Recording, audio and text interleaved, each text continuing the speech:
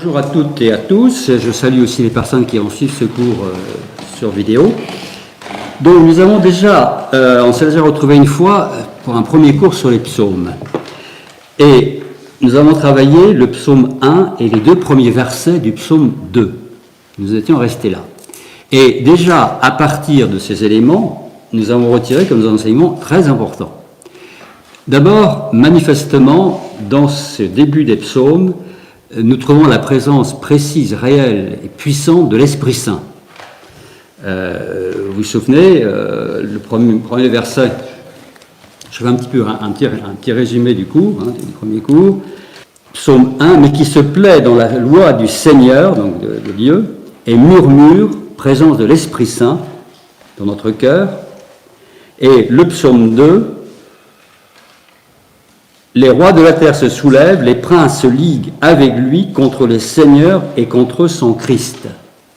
Donc nous avons là déjà, dans les 6 versets du psaume 1 et les 2 versets du psaume 2, cette présence trinitaire qui va nous marquer dans tout cet enseignement. Et le deuxième élément que nous avons rencontré à travers ces psaumes, surtout dans le psaume 1, c'est cette notion des deux voix. Et je m'étais axé sur une référence du Deutéronome, la voix de la malédiction ou la voix de la bénédiction. On a un choix à faire précis.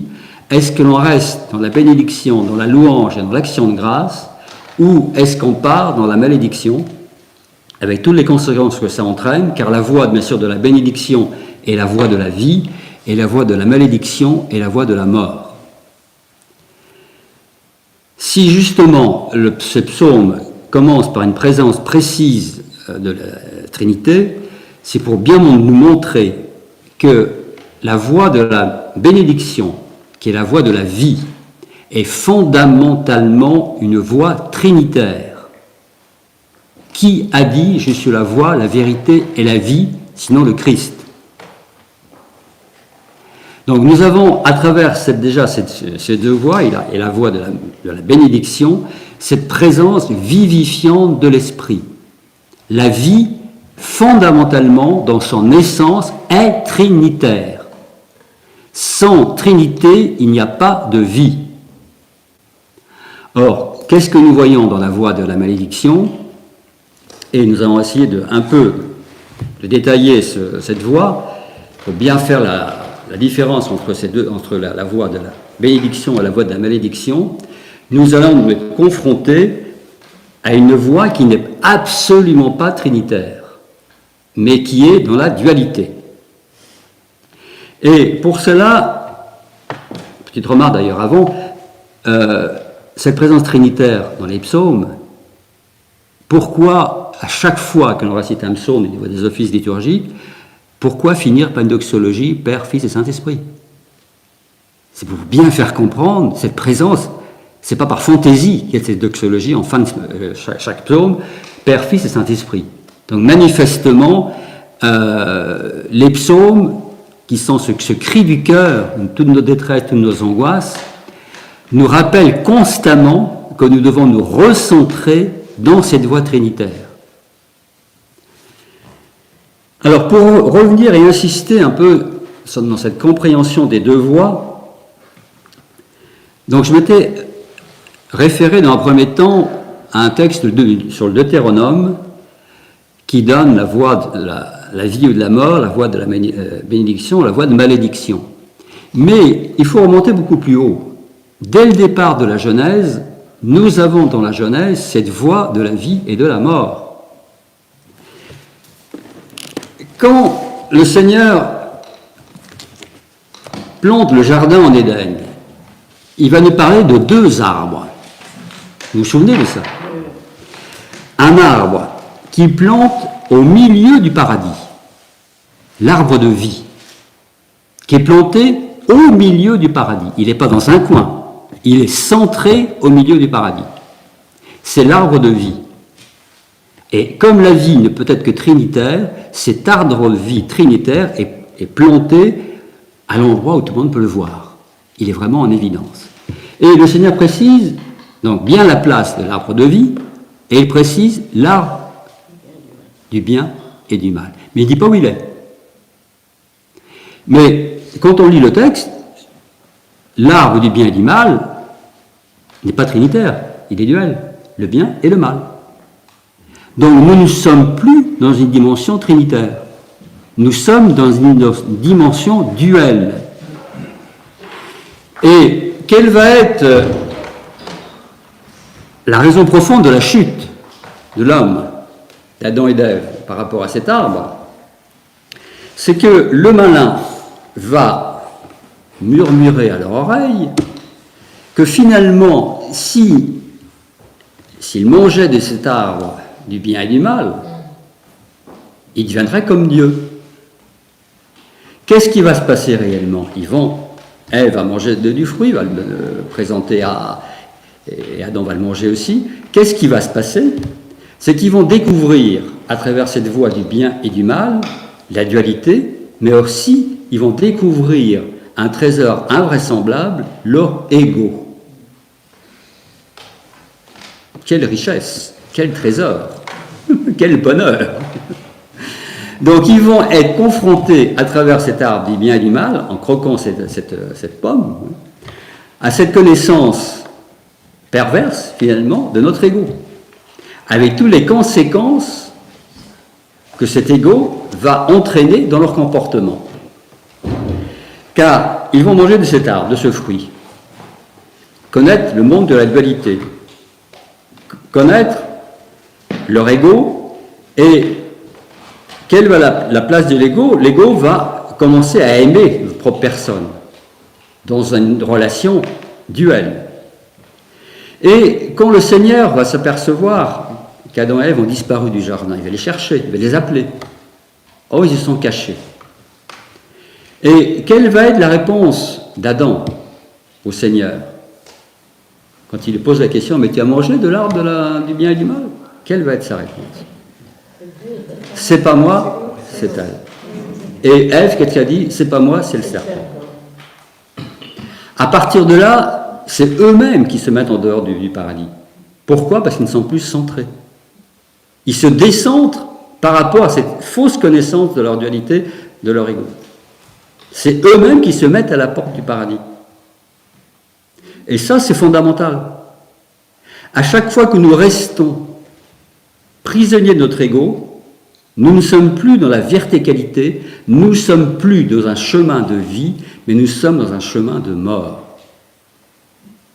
Et, comme je l'ai dit au premier cours, par rapport à ça, il n'y a pas de plan B. Il n'y a pas de solution intermédiaire. C'est l'un ou l'autre. D'où cette vigilance par la prière. Et je citais au cours dernier l'exemple de Saint Luc d'Ua, notre Saint-Père, qui demandait pardon tous les soirs au Seigneur de n'avoir pas été toute la journée dans sa présence, dans cet amour de vie, dans cette présence trinitaire. Parce que bien sûr, il y a les actes, les paroles, mais il y a aussi les pensées. Est-ce qu'aujourd'hui, dans l'instant, je suis dans cette verticalité, je suis dans la démarche trinitaire, ou je suis en train d'écouter mon ego? Donc là, vous voyez, le chemin est extrêmement délicat. Alors bien sûr, mais pourquoi, comment le malin va-t-il intervenir pour nous déstabiliser? Parce que nous aussi, avec les connaissances bibliques, nous devrions pouvoir revenir à l'arbre de vie et rester constamment dans la louange, l'adoration et l'action de grâce. Super ça. Alors pourquoi nous nous écartons de cette voie de vie pour nous plonger malheureusement dans la voie de la mort? Le malin va utiliser des ruses. D'abord, chose importante, et là c'est le livre de Job qui nous renseigne bien par rapport à ça.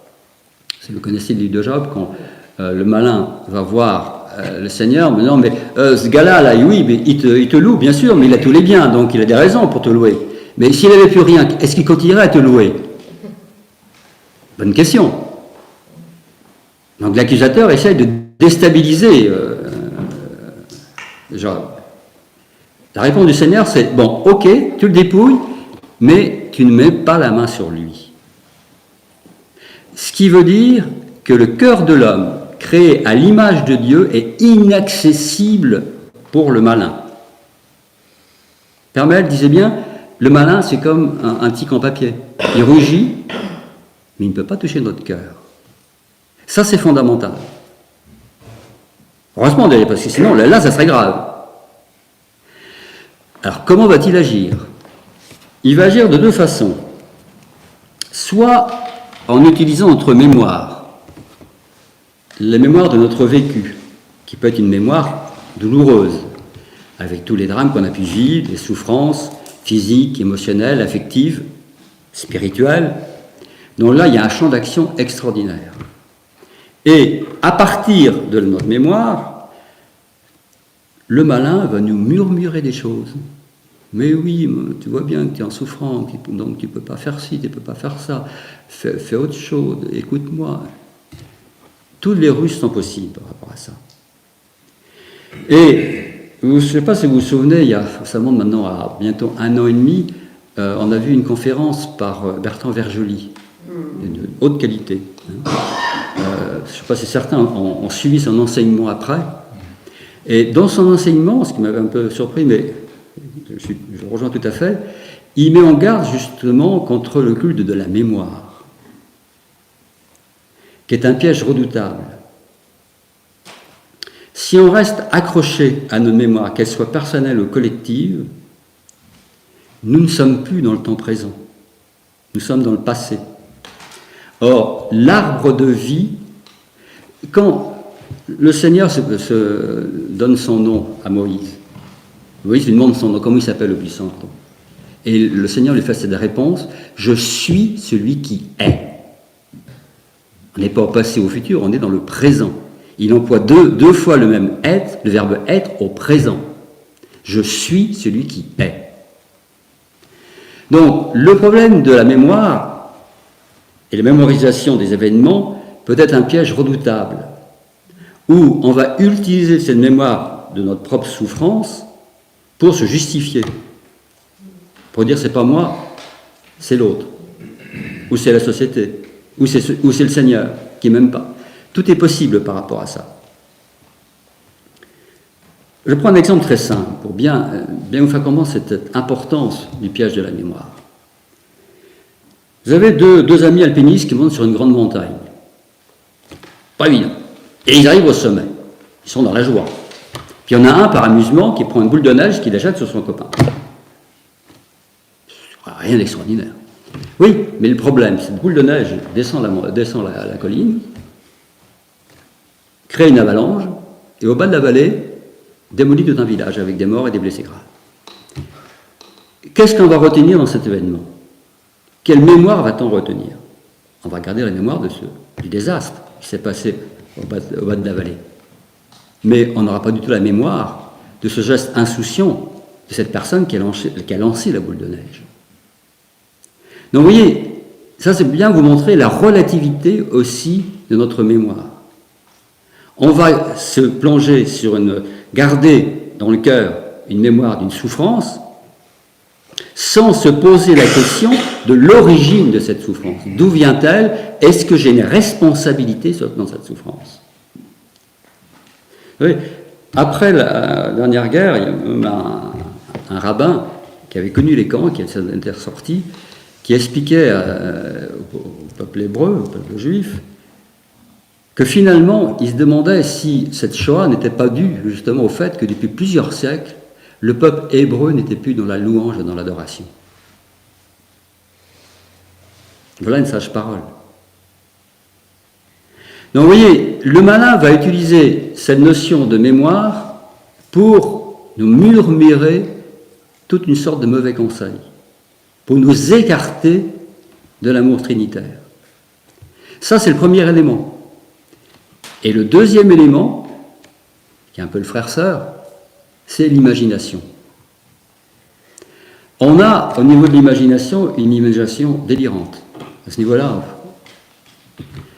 mais est-ce que nous sommes, en imaginant des choses, est-ce que nous sommes dans le réel? Non, nous sommes dans un futur construit sur les vases, sur le sable mouvant d'une mémoire qui n'a aucune valeur. Donc, mémorisation, danger. Imagination, danger. Pourquoi? Parce que nous ne sommes plus dans le temps présent, dans cet amour, dans cette verticalité de l'amour de Dieu, dans cet amour trinitaire. Donc ça, c'est vraiment les éléments sur lesquels je voulais insister. Si ce psaume qui commence par ce développement trinitaire nous met en face notre responsabilité entre l'arbre de vie et l'arbre de mort, c'est pour vraiment nous faire comprendre qu'il y a un choix stratégique à faire et que ce choix stratégique ne peut être vécu que dans la prière et dans le discernement. D'où l'importance de la présence de l'Esprit Saint. Alors, je vais continuer maintenant et on va essayer d'aborder la suite des psaumes qu'on a commencé à voir. Et je voudrais d'abord, le psaume 1, je l'ai déjà lu la dernière fois, je vais insister maintenant sur le psaume 2. Et là, je reprends le psaume le psautier de l'Église. Pourquoi ce tumulte parmi les nations, ces vains murmures parmi les peuples? Les rois de la terre se soulèvent, les princes se liguent avec eux, contre le Seigneur et contre son Christ. Alors, déjà, par rapport à ça, je m'arrête, on va revenir sur une notion trinitaire. Christ, le oint, est le grand prêtre. Non seulement qui offre, mais qui s'offre lui-même. Et le verset qui va suivre, « Brisons leurs biens, délivrons-nous de leurs chaînes, celui qui siège dans les cieux s'en amuse, le Seigneur les tourne en dérision, puis il leur parle dans sa colère et les épouvante dans sa fureur. Quant à moi, je t'ai établi roi par lui sur Sion, sa sainte montagne. » Donc, ce Messie, ce Christ, qui est le grand prêtre, est aussi roi. Or, ces deux affirmations du psaume 2 sont dans ce qu'on appelle, dans un psaume messianique, un psaume prophétique. Donc, nous trouvons aussi, dès le début du psaume 2, cette trilogie trinitaire, prêtre, roi et prophète. Est-ce que vous l'aviez remarqué? Je continue. J'annonce le décret du Seigneur. Il m'a dit, tu es mon fils, moi aussi je t'ai engendré. Demande-moi et je te donnerai en héritage les nations, pour domaine les confins de la terre. Tu les conduiras avec un sceptre de fer, tu les briseras comme un vase de potier.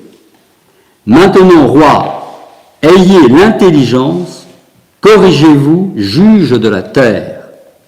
Servez le Seigneur avec frémissement, exultez en lui dans le tremblement. Accueillez ses leçons de peur qu'il ne s'irrite et que vous ne périssiez hors de la voie juste. On revient à la voie juste de la bénédiction.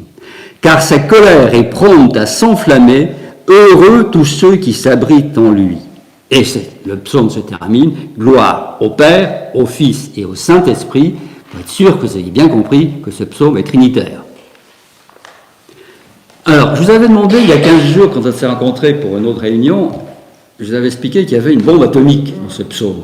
Un mot qui était une... Est-ce que vous l'avez défini? Est-ce que vous l'avez trouvé? J'ai eu quelques échos, mais je serais pas sûr pour le moment, personne n'avait tombé sur ce mot.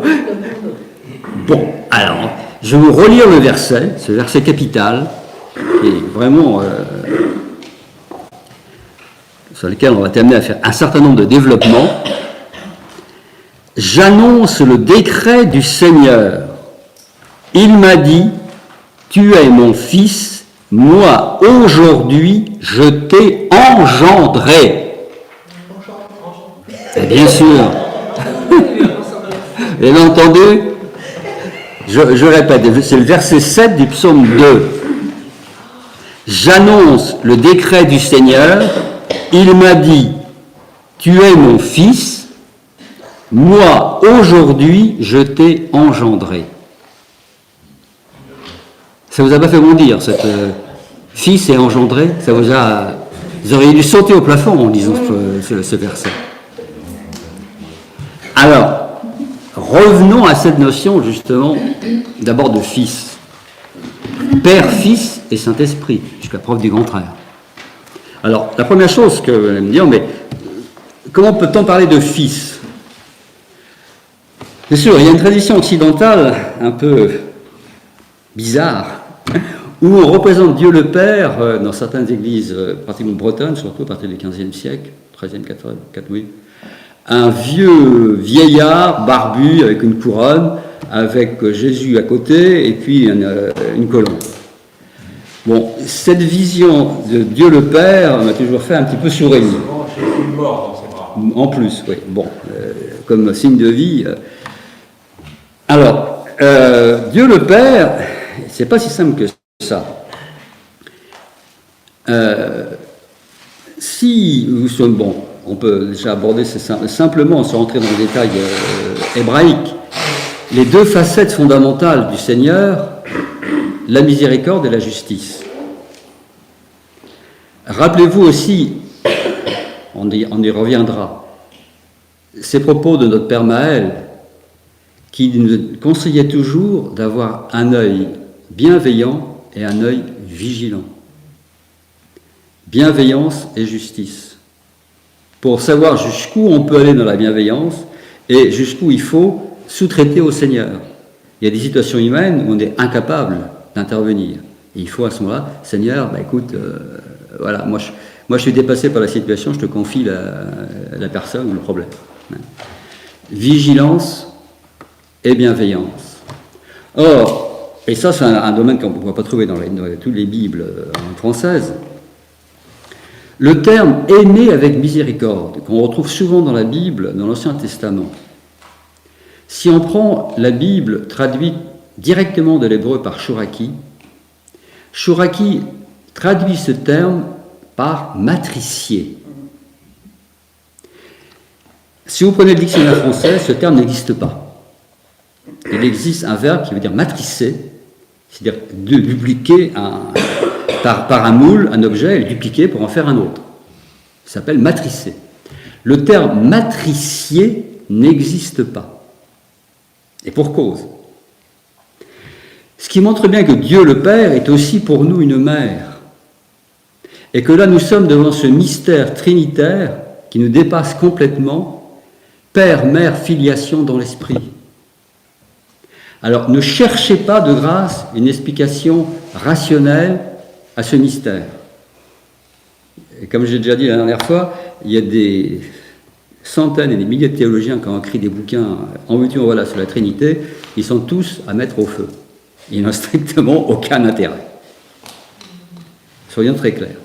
Or, le seul chemin pour essayer de comprendre ce mystère trinitaire, c'est véritablement bien sûr, de lire la Bible, mais de prier, de demander ce rapport d'amour. Et c'est dans un rapport d'amour, de verticalité, que le Seigneur, par petites touches, nous fera doucement comprendre le début d'un soupçon, d'un commencement de compréhension, peut-être, du mystère trinitaire. Et ça en restera là. Parce que nous sommes, je dirais, spirituellement trop bornés et trop limités pour comprendre ce mystère. Donc il faut que les choses soient dites clairement à ce niveau-là. Le mystère de cette filiation, de ce Fils aimé du Père, nous dépasse complètement. Mais on va retrouver quand même cette notion de Fils ou son absence dans certains passages bibliques. Et je vais faire un survol de nouveau de la Bible au niveau des engendrements. Vous savez que dans la Genèse, on trouve un certain nombre d'engendrements. Et le premier, c'est la descendance de Caïn. Après, on va passer à X engendrements, ça va même l'engendrement des descendants d'Ismaël, tout le monde y passe. Mais il y a dans cette descendance de Caïn, dans ce texte, une particularité. Je lis le texte. Caïn connut sa femme qui conçut et enfanta Enoch. Il devint constructeur de villes, il donna à la ville le nom de son fils Enoch. À Enoch naquit Irad, et Irad engendra. La première fois que le terme engendré apparaît dans la Bible, c'est au verset 4-18 de la Genèse. Mais, comme je vous le fais remarquer, il n'est pas question de filiation. Là. Le terme de filiation n'est pas noté. C'est fondamental parce que Caïn a été expulsé avec ses parents du paradis terrestre. Il n'est plus dans la verticalité, il n'est plus dans ce mystère de filiation, d'amour du Père et du Fils dans l'Esprit. Donc on ne retrouve pas ce terme de filiation au verset 18 quand Caïn connut sa femme et conçut. Alors ça paraît anodin, mais c'est fondamental. Ce qui montre bien qu'en dehors de la Trinité, on ne comprend pas le sens, la place fondamentale de la filiation. Mais dans ce psaume, qu'est-ce qu'on voit ? Psaume 2, verset 7, « J'annonce le décret du Seigneur, il m'a dit, tu es mon fils, moi aujourd'hui je t'ai engendré. » Là, nous retrouvons dans ce verset 7 la dimension trinitaire. L'engendrement est la manifestation de cette filiation. Pour qu'il y ait engendrement spirituel, il faut qu'il y ait filiation. Est-ce que vous me suivez bien là ? Parce que là, on touche un point fondamental de notre foi. On y reviendra. Parce que là, on est face au mystère de cette notion de filiation. Et, question subsidiaire, est-ce qu'il y a des généalogies dans le Nouveau Testament ? Où ? Sur le Christ. Début de Matthieu. Le début de Matthieu. Les évangiles, par quoi vont-ils commencer ? Comme par hasard. Reprenons le texte de Matthieu. Parce qu'on peut se dire, mais Matthieu, bon, il a écrit ça pour décorer, quoi, pour faire bien. Parce que comme ça, il montrait qu'il y avait une connaissance biblique des ancêtres du Christ. On se calme là. Hein. Reprenons le texte. Évangile de Matthieu. Ascendance du Christ. Qu'est-ce qu'on voit chapitre 1, verset 1 de l'évangile de Matthieu. Généalogie de Jésus-Christ, fils de David, fils d'Abraham. Il est fils. Et après, vous avez la généalogie. Abraham engendra Isaac, etc. Mais dès le départ, filiation. Donc, absence de filiation pour Caïn. Les psaumes, on retrouve cette filiation avant l'engendrement. Et dans les évangiles, le premier verset des évangiles commence par la filiation. Est-ce que vous commencez à sentir l'importance de cette notion, qui nous dépasse complètement, mais qui est vraiment très présente dans les textes et qui doit nous ramener à cette nécessité absolue de compréhension dans la prière, justement, de ce mystère trinitaire de la filiation.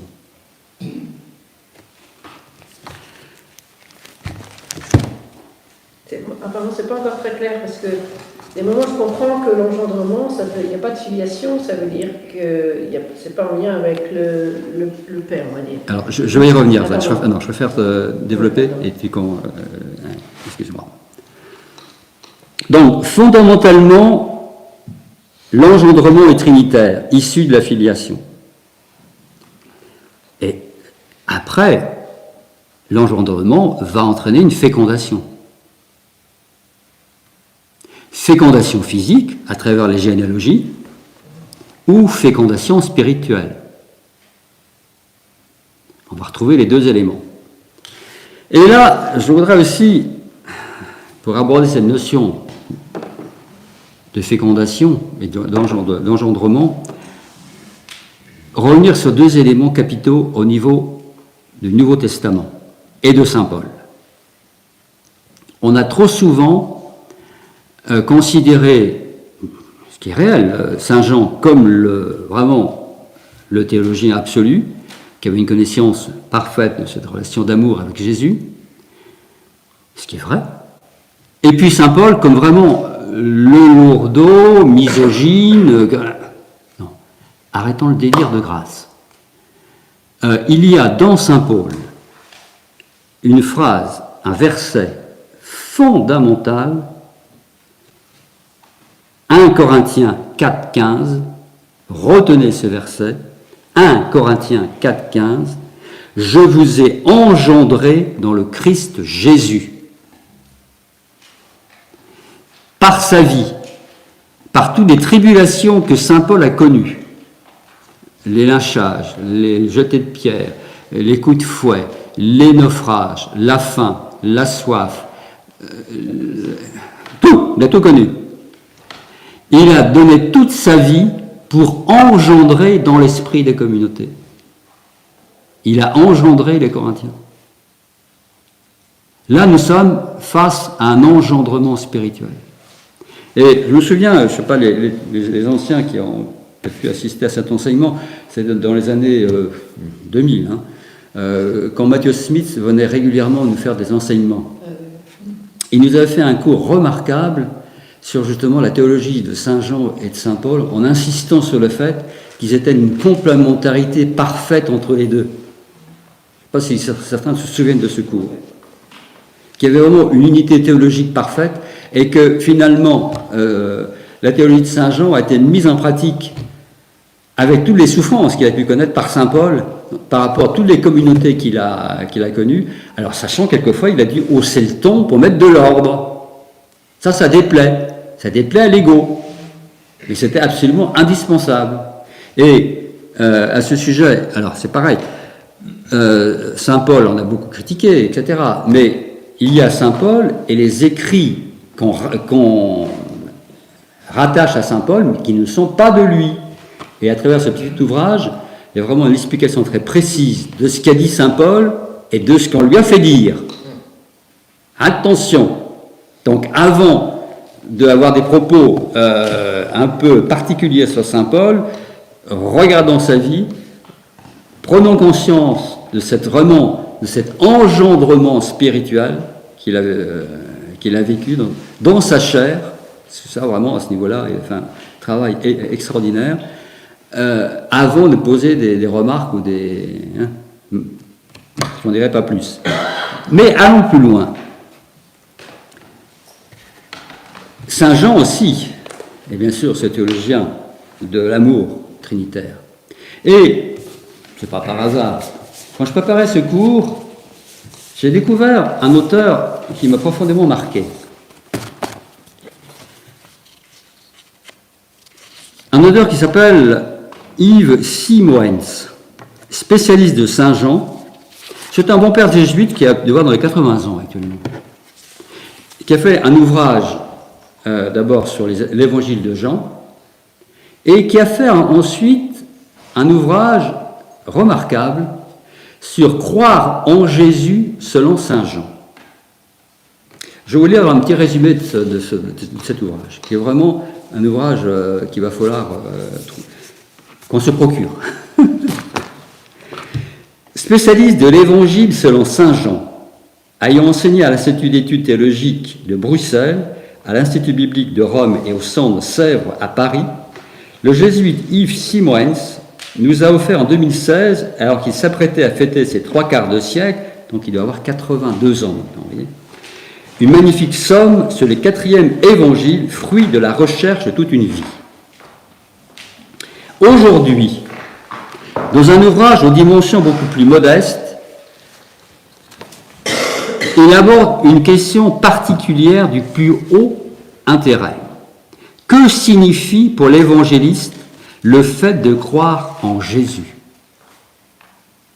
Écrivant dans une langue à la fois belle et simple, Simoens répond en quelques mots à la question dès la première phrase du livre.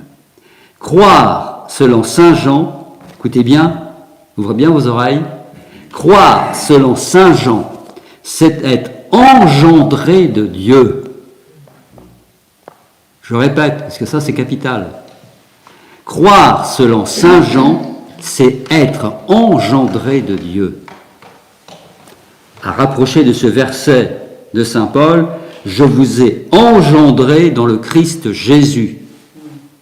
Là, nous trouvons une unité parfaite entre saint Jean et saint Paul.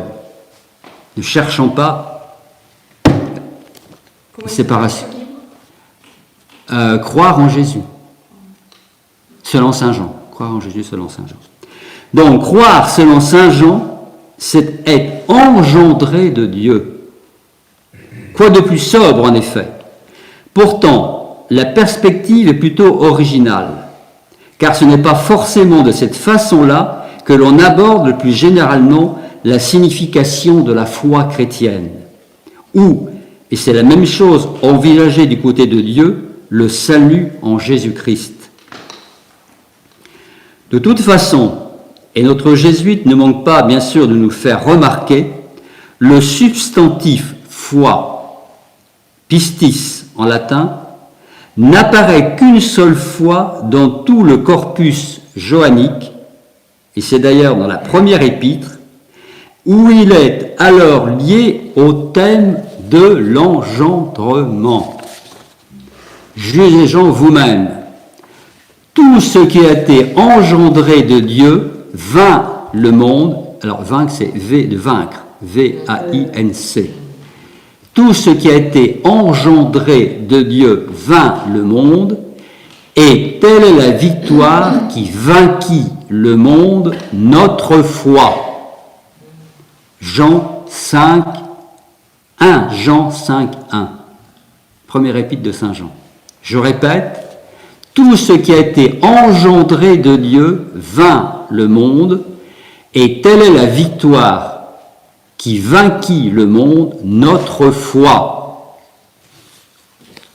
Remarquons au passage que là, et dans toute la suite de l'ouvrage, l'auteur nous donne sa propre traduction du grec, littérale, pas toujours très lissée, ce qui oblige le lecteur à faire particulièrement attention à chaque mot employé dans le texte biblique. Très vite, le père Simoès va lier deux autres termes, foi et amour. En effet, dit-il, la manière johannique d'envisager la foi est spécifique. La foi est un acte, et l'acte de croire est indissociable de l'acte d'aimer. Aimer suppose d'abord croire. Je répète cette phrase parce qu'elle est très, très pertinente et très puissante. La manière johannique d'envisager la foi est spécifique. La foi est un acte. C'est pas je crois, petits oiseaux. Non, il faut poser des actes d'amour. Et l'acte de croire est indissociable de l'acte d'aimer. Aimer suppose d'abord croire. Avoir cette foi parfaite, profonde. Hier, pour les personnes qui étaient à la liturgie, j'étais amené à lire un petit texte du Père Jacques Philippe sur comment garder la paix dans les événements qui peuvent nous troubler. On ne peut garder cette paix profonde, cette paix du cœur, que dans notre foi. C'est elle qui nous porte, qui nous solidifie et qui nous donne cette espérance qu'en Dieu, tous les problèmes seront résolus. Ah, c'est une foi qui n'est pas logique, complètement irrationnelle, complètement... mais c'est une foi totale. Une foi, je dirais, d'enfant qui fait confiance dans la filiation à son Père. Après ces préliminaires alléchants de manière très pédagogique et progressive, en suivant le texte biblique lui-même, notre professeur va étudier quelques épisodes marquants de l'Évangile qui donnent une grande place à l'acte de croire. Sans surprise, ce parcours bien guidé commence par le prologue du premier chapitre, où justement, dans les versets 12 et 13, ceux qui ont le pouvoir de devenir enfants de Dieu, ou quelques mots plus loin, d'être engendrés de Dieu, sont bien ceux qui croient en son nom. Je vais lire ce passage parce que ça c'est verset 13, Évangile de Jean, 1, 12, 13. Mais à tous ceux qui l'ont reçu, il a donné pouvoir de devenir enfants de Dieu, à ceux qui croient en son nom, lui que ni le sang, ni le vouloir de chair, ni le vouloir d'homme, mais Dieu a engendré. Donc on retrouve, le prologue de l'évangile de Jean, cette notion de filiation et d'engendrement. Mais dans l'ordre, filiation, engendrement. Ça, c'est fondamental. Donc, ceux qui croient en son nom. Vient ensuite un commentaire tout aussi serré du chapitre 3. Vous savez, le chapitre 3 de l'évangile de Jean, c'est le chapitre du dialogue de Jésus avec Nicodème. Il s'agit alors d'être engendré d'eau et d'esprit. Vous vous souvenez de ce passage, Nicodème va rencontrer de nuit Jésus, parce qu'il est un peu peur de ses religionnaires, les pharisiens, et Jésus lui explique qu'il n'a rien compris, qu'il nous fallait naître d'eau et d'esprit, donc de renaître. Et c'est ça, c'est une notion qu'il n'avait pas du tout intégrée. Et à cet effet, vous vous souvenez, j'en ai déjà parlé, corps, âme, esprit, et Michel Fromaget développe parfaitement cet enseignement. Et où il reprend l'image, cette très belle image de la chenille qui doit devenir papillon, qui doit renaître comme papillon. Mais à la différence, la chenille devient automatiquement papillon, elle renaît, elle est engendrée comme papillon. Nous, malheureusement, cet engendrement n'est pas définitif, loin de là. C'est un engendrement à vivre à chaque instant, à chaque souffle de notre vie. À chaque souffle de notre vie, nous devons être, par l'aide de la grâce, être engendrés en esprit, par l'eau et l'esprit.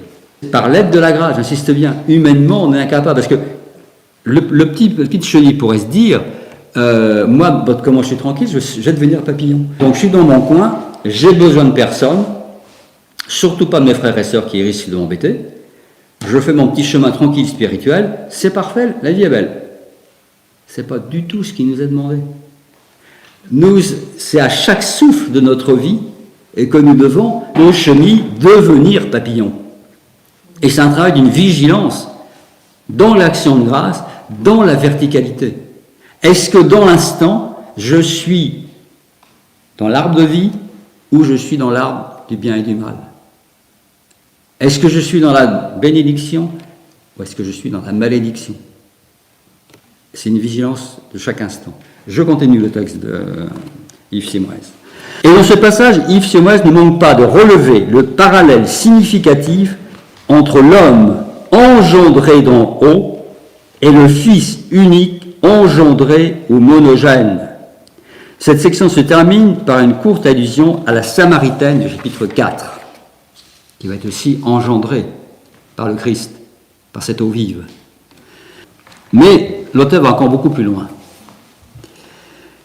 Ensuite, l'auteur continue en abordant en détail un très long chapitre que l'on peut facilement lire comme tout entier, centré sur la thématique de l'engendrement. C'est la guérison de celui qu'on appelle couramment aujourd'hui l'aveugle-né. Mais qu'avec justesse, Simoes préfère présenter, écoutez bien, comme l'aveugle d'engendrement. Est-ce que chacun d'entre nous, nous ne sommes pas aveugles d'engendrement quand nous sommes dans la dualité? C'est évident. Et ça, il faut le reconnaître, humblement. Et demander à chaque instant cette grâce de revenir dans l'engendrement. Donc, il préfère le présenter comme l'aveugle d'engendrement, ce qui va être engendré par Dieu lui-même et qui va alors être engendré par Dieu lui-même. Car ce qui compte le plus dans cet épisode, ce n'est pas d'abord la guérison physique miraculeuse, mais le fait, comme cela est dit dans le dernier verset de la narration, que cet homme arrive, écoutez bien, à confesser sa foi au Christ, je crois Seigneur. L'engendrement spirituel lui fait découvrir la foi. Cette foi profonde, cette foi indéfectible, cette foi qui nous est nécessaire pour rester dans la verticalité. Mais c'est pas tout. Allons encore plus loin. Mais dans cette ultime étape, notre auteur ne s'arrête heureusement pas là. Il sait bien nous montrer à partir du chapitre 10 de l'évangile de Jean. Alors, le chapitre 10, c'est les bons bergers. Vous voyez, vous découvrez l'évangile de Jean, là, je parle. D'une autre façon. Chapitre 10, le bon pasteur. Je lirai après, je vais d'abord finir le passage. Les versets donc 7 à 39 du chapitre 10, qui suit le passage comme par hasard de l'aveugle-né. C'est la suite. Que une fois engendré de Dieu, il faut aller plus loin. Pénible, Seigneur, il demande des trucs, hein. Il nous faut aller encore plus loin. Et faire l'effort, écoutez bien, ouvrez bien vos oreilles, l'effort de l'engendrement à la communauté. Jamais le Christ sans l'Église, en quelque sorte. Un engendrement n'est pas un engendrement, j'engendre dans mon coin, je suis tranquille, j'ai la paix, foutez-moi la paix. Alors là, c'est perdu d'avance. Nous avons, j'ai déjà dit, une grâce extraordinaire de pouvoir nous retrouver en communauté, de vivre en communauté, avec nos différences, nos sales caractères, nos faiblesses, nos états d'âme. Mais c'est grâce à ça, c'est grâce à tout ça que l'on peut vivre en communauté et qu'on peut être engendré communautairement. Ce n'est pas en s'isolant dans son petit coin qu'on va être engendré, qu'on va vivre cet engendrement. C'est en acceptant justement nos frères et sœurs. C'est en acceptant. Comment voulez-vous que la chenille devienne papillon si cette chenille n'est pas élaguée? Et nos frères et sœurs ont l'art extraordinaire de nous élaguer. Avec amour, tendresse, charité. Ça, c'est merveilleux. Donc, nous avons la joie, nous allons avoir la joie d'avoir cette foi profonde aussi, non seulement dans cet engendrement personnel, mais dans l'engendrement dans l'esprit ne peut être vécu que par un engendrement communautaire. Et pour ça, ce texte, il faudra qu'on se procure ce livre d'Yves Simonet, est fantastique parce qu'il nous ouvre vraiment une autre dimension de l'évangile de Jean, une autre compréhension réelle, tout à fait en harmonie par rapport au travail du terrain qu'a pu faire saint Paul, quand il a engendré avec toutes ces douleurs, toutes ces difficultés de ces différentes communautés, et bien prendre conscience que nous-mêmes, cet engendrement lié à ce mystère de la filiation dans la Trinité n'est pas quelque chose de cool, c'est un combat, c'est une vigilance. Et on a besoin fondamentalement de nos frères et sœurs, sous l'autorité d'un pasteur, pour pouvoir avancer sur ce chemin. Ce n'est pas un chemin individuel. Ça, c'est un leurre, c'est le leurre du malin, ça. Viens, mon petit gars, ma petite sœur, t'inquiète pas, je vais m'occuper de toi, je vais te faire grandir. Ah, ça, c'est de la folie pure.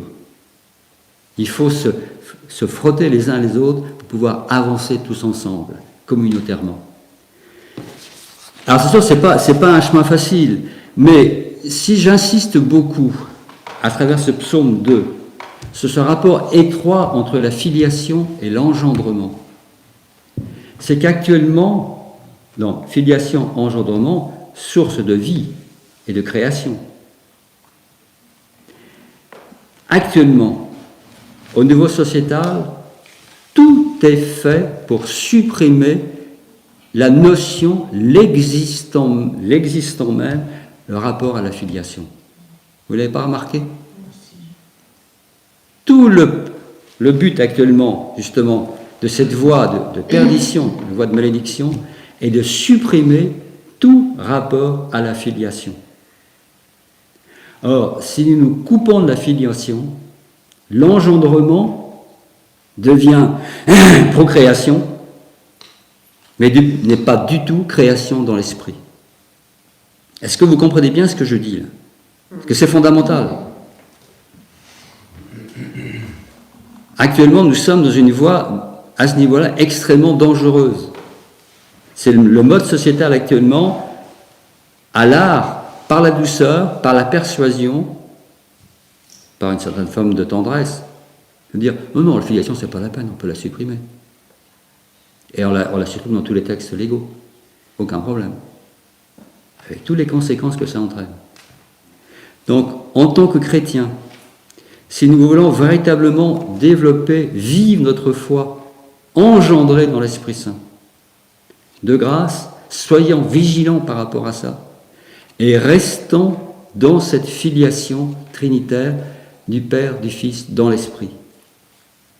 Et les psaumes sont véritablement cette ouverture qui nous permet cette compréhension profonde de notre rapport à cette Trinité. Alors, on me faisait remarquer, bien sûr, que les psaumes sont un cri du cœur. Il y a des psaumes qui sont, le psaume, je vérifiais ce matin, 94 ou 93, ça dépend des nomenclatures, ou le 108, 109, il y a des cris du cœur qui sont... Mais c'est les cris du cœur de notre détresse. Il faut les prendre véritablement comme dire, Seigneur, voilà ma souffrance, je te la donne. Mais donne-moi ta grâce pour que je retrouve dans la filiation cette notion d'engendrement et que je puisse engendrer dans l'esprit et retrouver dans l'instant ce souffle de vie dans la verticalisation, dans cet arbre de vie. Et ça nous est offert à chaque instant. Parce que, vous savez, Adam et Ève, bien sûr, ont été chassés du paradis. Je reste persuadé, j'en sais rien. Mais si Adam, au lieu de dire « c'est pas moi, c'est elle », avait dit « Seigneur, tu vois, je suis incapable de t'aimer, je suis faible spirituellement, je suis encore un enfant, pardonne-moi », je suis certain que la miséricorde de Dieu a dit « Mon enfant, bien sûr, tu as péché, je te pardonne et reste au paradis ». J'en suis intimement convaincu. Alors le Christ, après, nous a réouvert cette porte du paradis par son offrande entre le grand prêtre. Mais si on reconnaît notre erreur, si on reconnaît qu'on est impuissant, qu'on est incapable, qu'on accepte de considérer que la voie de notre ego, de nos forces personnelles sont nulles et non avenues, là on fait un chemin de libération, un chemin d'espérance, un chemin de foi dans l'engendrement et dans cette découverte petit à petit du trésor de la Trinité. Voilà, on va clore pour aujourd'hui. Donc on tâchera de se retrouver sans doute à l'automne maintenant pour un prochain cours. Merci pour votre présence, merci pour les personnes qui ont pris le temps de nous écouter aussi par vidéo. Avant de partir, ce que je souhaite quand même, c'est qu'on prie la Vierge, qu'on remercie la Vierge, matrice du Fils, justement, pour qu'elle nous éclaire et nous conduise vers son Fils. Je te salue Marie, pleine de grâce, le Seigneur est avec toi. Tu es bénie entre toutes les femmes, et Jésus, le fruit de ton sein, est béni. Sainte Marie, Mère de Dieu, prie pour nous pauvres pécheurs, maintenant et à l'heure